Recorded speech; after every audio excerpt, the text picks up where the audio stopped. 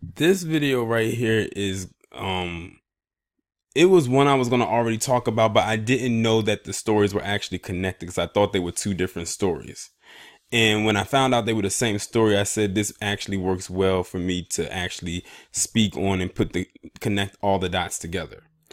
But in this picture, you see a man by the name of Emantic Bradford Jr. And as you can see, he's wearing his fatigues, he's in his military uniform, so that lets you know that he is a part of the United States military.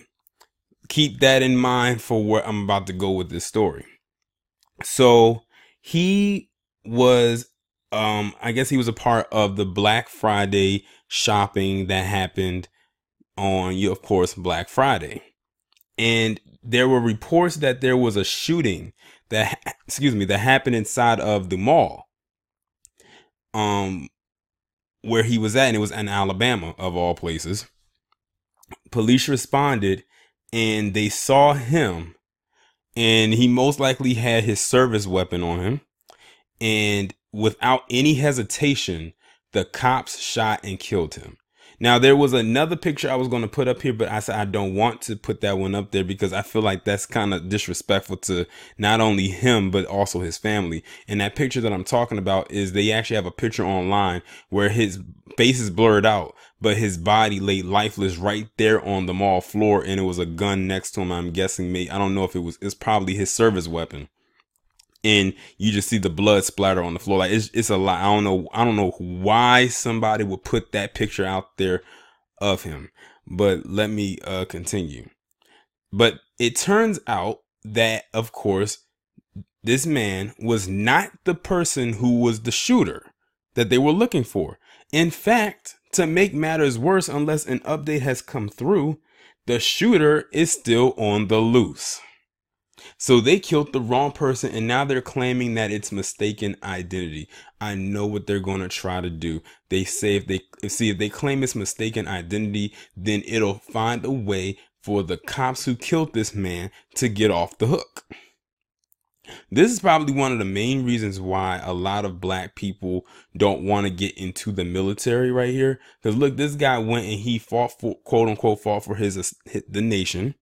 And he came back and he died at the hands of the same people that are supposed to protect and serve. But they didn't see him as a military personnel. They saw him as a black man. And you know, when they see a black man with a gun, even if he's licensed to carry and own, it's still a threat. Look at what just happened last week, where you had the brother who was working as a security guard or bouncer at that lounge and or bar, and they killed him after he was trying to stop some gunfire happening inside of the place he worked at, even after people told him he was security and he had on the attire that proved that's exactly who he was. He got killed on the job, and you know what? You barely even hear about that story anymore. And that happened last week. This is going to be another one of those stories that's going to blow over as well. We won't hear about this story by the end of the year. So whatever you're getting out of me now from this is probably the only thing you're going to hear, unless I stay following this story. And I have a feeling that this, like many others, is going to run into a dead end, meaning nothing is going to happen to the cops that killed them. They're going to get paid administrative leave, and then they're going to probably try to give the family a settlement, or they may forgive them. I hope they don't even do that. And then they're going to go on with their lives like nothing happened. All I know is this: the family better file a huge lawsuit against that department of where them cops work at, because they killed an innocent man. Now, there's a reason why I said keep in mind about the military at the beginning, because now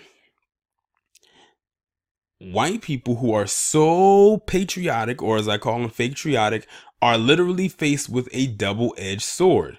They have a military personnel who they will claim to love so much, but let's not forget, at the end of the day, he is a black man, but he was in the military, but they claim to love the vets so much, or any type of military personnel if they're active. The other end of that sword is that they have cops who they also love as well. But the cops took out one of the people that they also claim to love. That's the double-edged sword for them. They are literally stuck in between a rock and a hard place. Now we're going to find out which way their hypocrisy swings. Do they support the family of this deceased military personnel, or do they support the gunmen that killed them? And are they going to get on code and say, well, it was just an honest mistake? I'm just waiting to see what it is they're going to say. And my guess is most of them are going to go with the honest mistake move, as far as statement.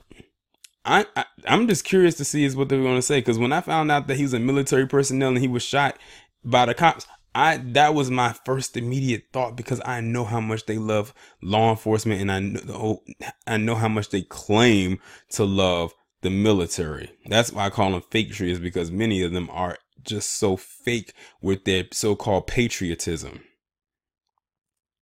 These are the same people that won't even visit a VA or help out a homeless veteran.